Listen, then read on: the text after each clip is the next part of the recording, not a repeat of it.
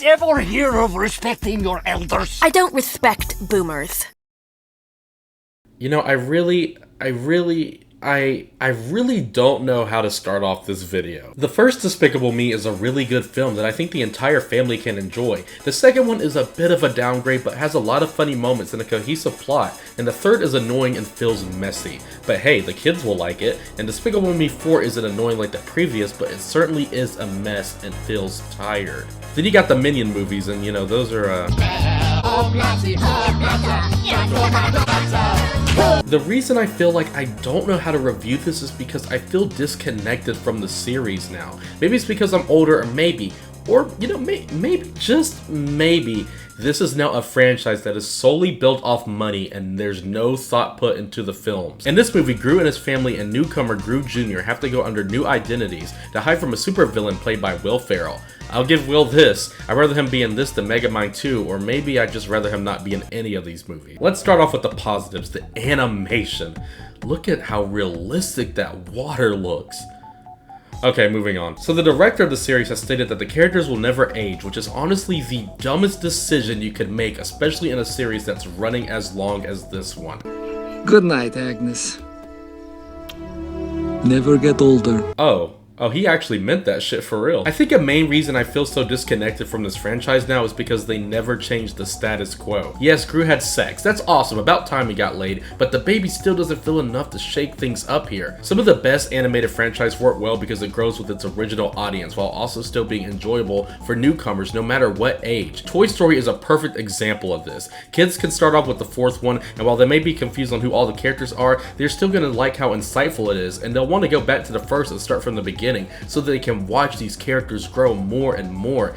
Even the Ice Age franchise, which by the fourth one it's ran its course, but even the Ice Age series builds up his character with each series. Manny is closed off from the world because of trauma, but he gains friendship. Second one, he opens up and finds love, something he never thought he would find again. Third one, him and Ellie are going to have a baby, and he's finally rebuilding a family. Fourth one, there's pirates, but he has to deal with the fact that his daughter is growing up. Fifth one, well, we don't count the fifth one. The characters in Despicable Me don't change after the second one. It's just solely shenanigans and it feels tired. There's no character growth that make me want to keep pushing through each installment. We could do a time skip and have Gru try and deal with change while also taking care of a new baby. You could have your stupid Minion plot too, but the Gru stuff could be the hook of the movie. But hey, maybe that's okay. Maybe the story shenanigans they dive into may be great this time around. It's not.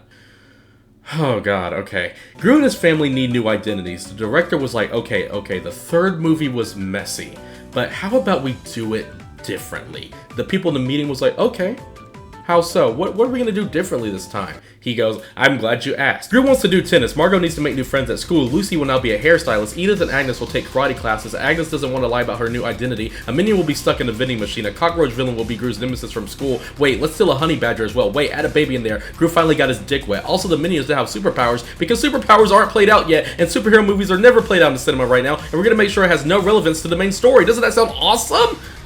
Holy fucking shit. What are we doing anymore? I sat in the theater just straight-faced the whole time, feeling nothing. There's worse movies out there in the world, but there's also better movies playing currently alongside this one. Usually when I watch a movie and I plan on reviewing it, what I think about is plot, characters, themes, and so on and so forth. Here I sat there, and the only thing I thought about was, this is the type of animated movie that makes people say animation is just for kids, and that hurts. That hurts. If you're a big fan of the series still, or just a Facebook mom or a kid, you'll love this. It's more of your favorite characters, but if you're just someone like me, then, you know, it's just another entry in the franchise that won't be ending anytime soon. I mean, it could be worse. At least it doesn't end with a dance party ending.